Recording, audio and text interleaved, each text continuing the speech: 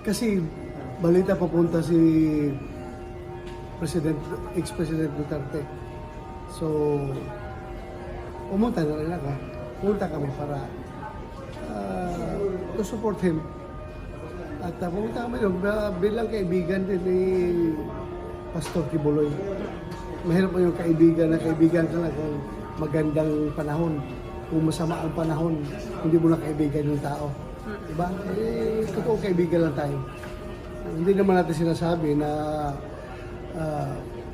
wala siyang kasalanan sa mga akusasyon na pinaparatang sa kanya.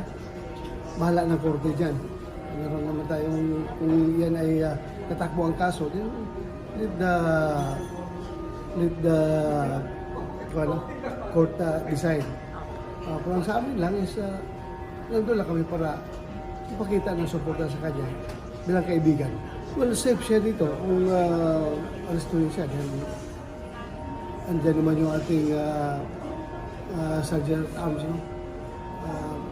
Aalagaan siya dito kung makulong siya dito.